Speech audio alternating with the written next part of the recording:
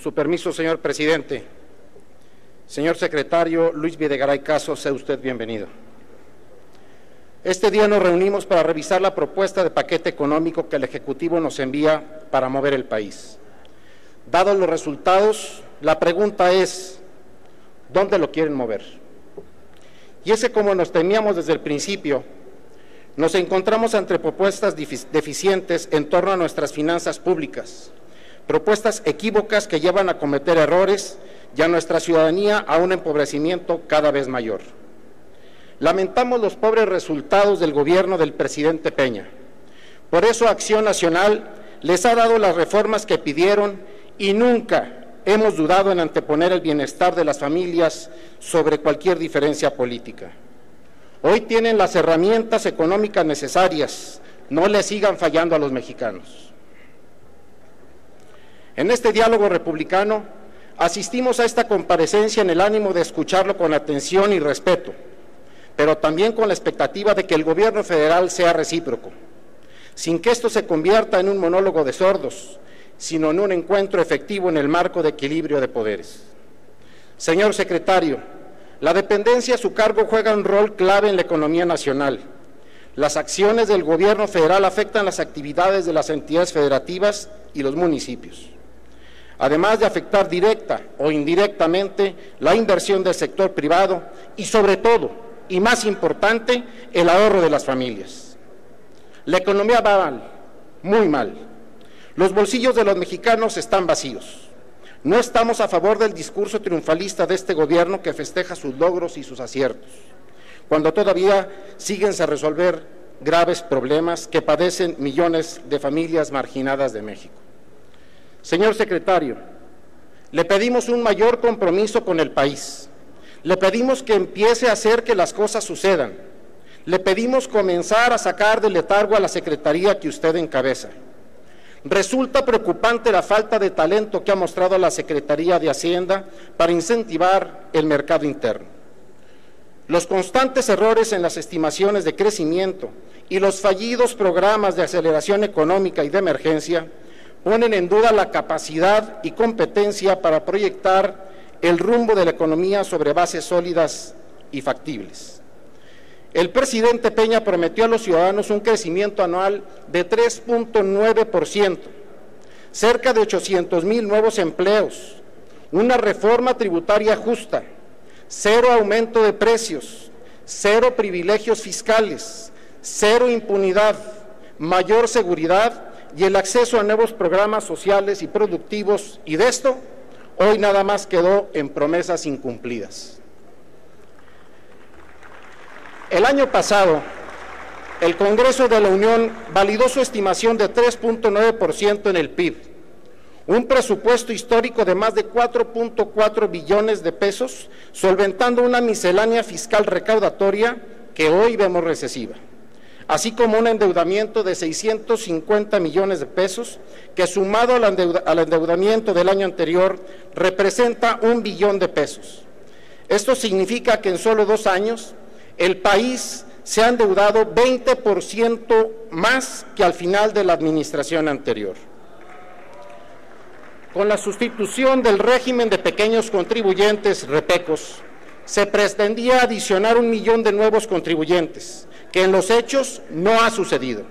La suma de cambios fiscales pretendía recaudar 240,000 millones de pesos para 2014 y 250,000 millones para 2015, de acuerdo con sus palabras, señor secretario.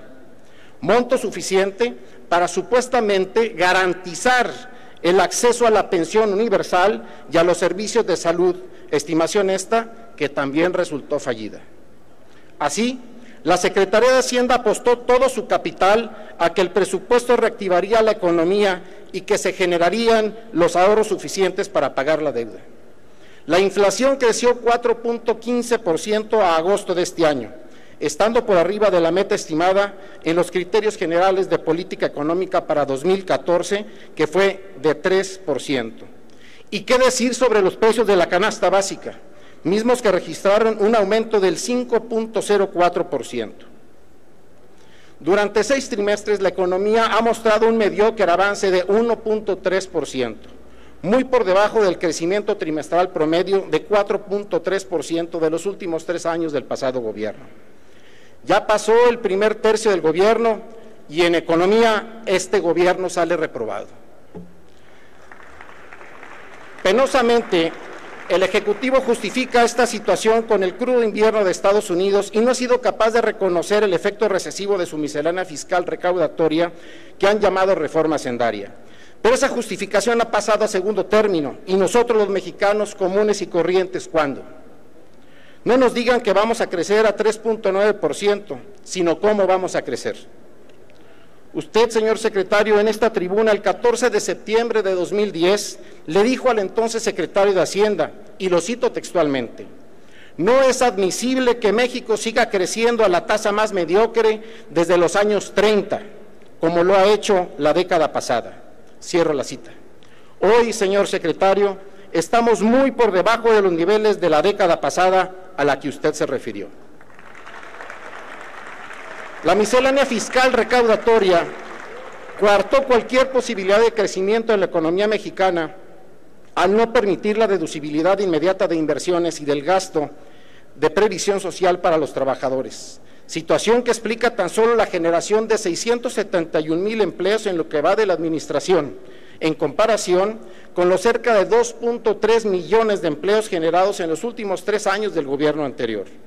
Es importante corregir la plana del gobierno en materia económica para garantizar el crecimiento económico de México y para eso estamos aquí los diputados de Acción Nacional. Medios internacionales han señalado que los ciudadanos tienen razones para no querer al actual gobierno, pues no existe corresponsabilidad ni compromiso con el bienestar de México. Solo existe una leonina miscelánea fiscal recaudatoria y recesiva y una deuda que habremos de pagar las generaciones presentes y futuras, pues en solo 2 años esta deuda subió 1 billón de pesos, es decir, el 20% del total de la deuda de 2012. ¿A dónde vamos? La única forma es que frente a los mexicanos reconozcan su grave error y se revierta la reforma fiscal para volver a crecer y a crear condiciones de bienestar.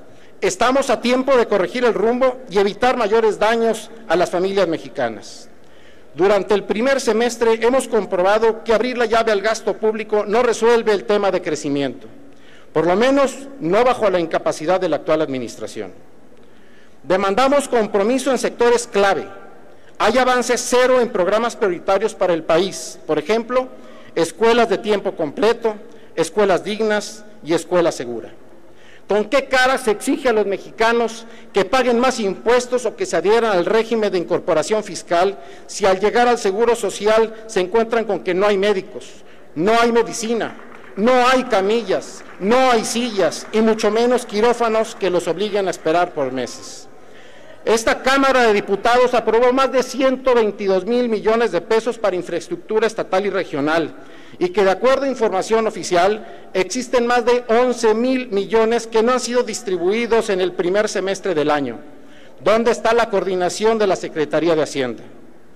El mismo día del informe presidencial, el Foro Económico Mundial anunció una caída para México de 6 posiciones en el índice global de competitividad. Entre las razones destaca la menor productividad y mal ambiente para generar negocios. Es decir, México perdió credibilidad y confianza frente a las inversiones nacionales y extranjeras. Señor secretario, Manuel Cloutier el Maquío decía: el buen gobierno se mide por lo que hace el pueblo, no por lo que hace el gobierno, y este gobierno no hace ni deja hacer al pueblo.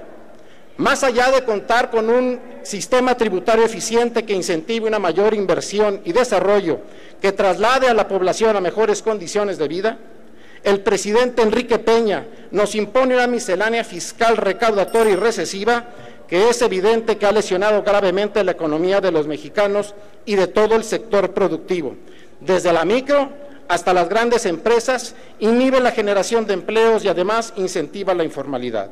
Concluyo, presidente. Señor secretario, es una incongruencia. En sus propias palabras en tribuna en 2010, siendo usted diputado, lo citó, y lo cito nuevamente: el PRI no apoyará un incremento de impuestos ni la creación de nuevos impuestos.